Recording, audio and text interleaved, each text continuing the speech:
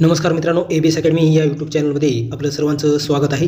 मित्रांनो, आज आपण जिल्हा न्यायालय भरती, झडपी भरती, आरोग्य भरती अशा सर्व स्पर्धा परीक्षेच्या अनुषंगाने काही अतिशय महत्त्वपूर्ण प्रश्न या व्हिडिओच्या माध्यमातून कव्हर केलेले आहेत. हा व्हिडिओ आपण शेवटपर्यंत पाहायचा आहे. चॅनलवर तुम्ही नवीन असाल तर चॅनलला नक्की सबस्क्राईब करायचं आहे, कारण अशा महत्त्वपूर्ण अपडेट या व्हिडिओच्या माध्यमातून आपल्याला नक्कीच पाहायला मिळतील. मित्रांनो, चला तर व्हिडिओला सुरुवात करूया. पाहूया प्रश्न पहिला असा आहे, मुंबई ट्रान्स हार्बर प्रकल्प हा किती किलोमीटरचा देशातील सर्वात लांब सागरी मार्ग आहे? प्रश्न पहिला असा आहे, मुंबई ट्रान्स हार्बर प्रकल्प हा किती किलोमीटरचा देशातील सर्वात लांब सागरी मार्ग आहे? ऑप्शन क्रमांक ए 22 किलोमीटर इतका. प्रश्न दुसरा असा आहे, हिंदू हृदय सम्राट बाळासाहेब ठाकरे समृद्धी महामार्गाची एकूण लांबी किती आहे?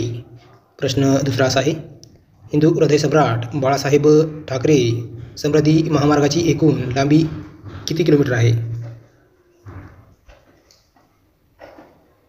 ऑप्शन क्रमांक डी 701 किलोमीटर इतकी. प्रश्न तिसरा असा आहे, महाराष्ट्र सरकारने राज्यातील महिलांना बस प्रवासात किती टक्के सूट दिलेली आहे? प्रश्न तिसरा असा आहे, महाराष्ट्र सरकारने राज्यातील महिलांना बस प्रवासात किती टक्के सूट दिलेली आहे? ऑप्शन क्रमांक बी 50%.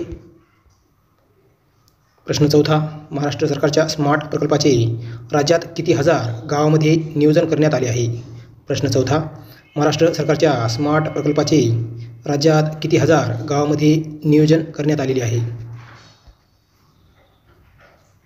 ऑप्शन क्रमांक बी 10,000 इतके. प्रश्न पाचवा, महाराष्ट्र सरकारने शेतकऱ्यांना किती रुपयाचा पीक विमा देण्याचा निर्णय घेतला आहे? प्रश्न पाचवा असा आहे, महाराष्ट्र सरकारने शेतकऱ्यांना किती रुपयांचा पीक विमा देण्याचा निर्णय घेतलेला आहे? ऑप्शन क्रमांक ए 1.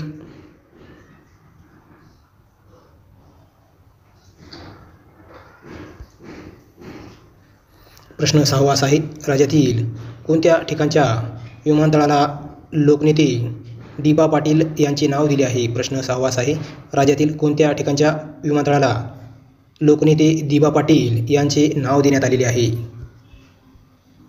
ऑप्शन क्रमांक सी नवी मुंबई येथे.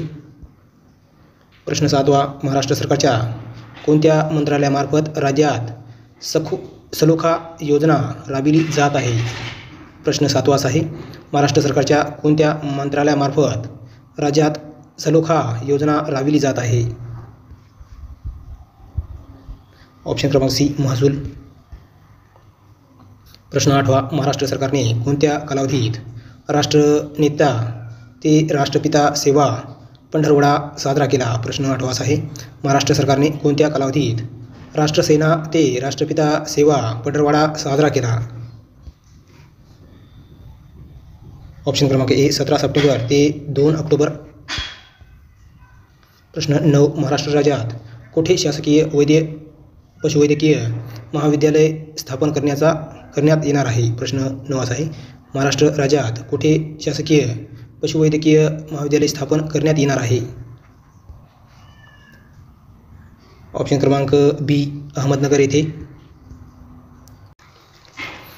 प्रश्न 10 असा आहे, महाराष्ट्र सरकारच्या वतीने महापशुधन एक्स्पो कुठे घेण्यात आले आहे? प्रश्न 10, महाराष्ट्र सरकारच्या वतीने महापशुधन एक्स्पो कुठे घेण्यात आले आहे? ऑप्शन क्रमांक ए शिर्डी येथे.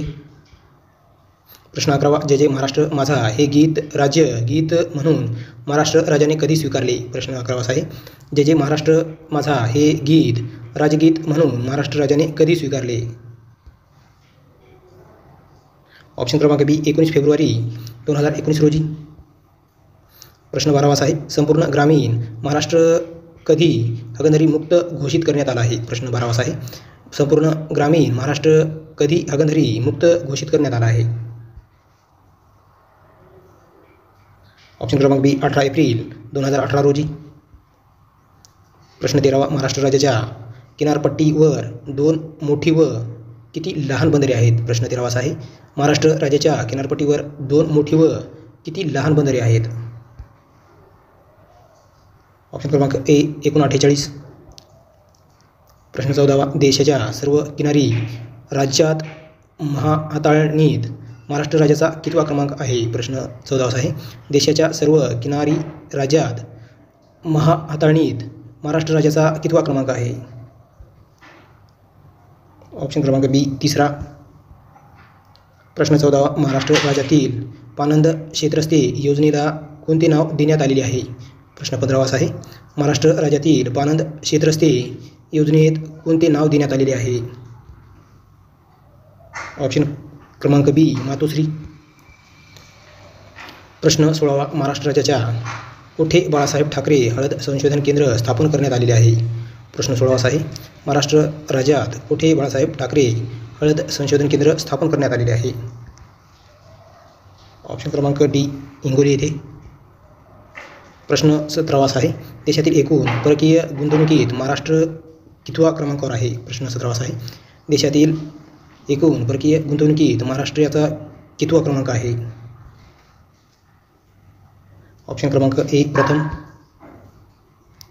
प्रश्न 18वा, देशातील एकूण परकीय गुंतवणुकीचा किती टक्के गुंतवणूक महाराष्ट्र राज्यात झाली आहे? प्रश्न 18वा आहे, देशातील एकूण परकीय गुंतवणुकीच्या किती टक्के गुंतवणूक महाराष्ट्रात राज्यात झालेली आहे? ऑप्शन क्रमांक बी 29%.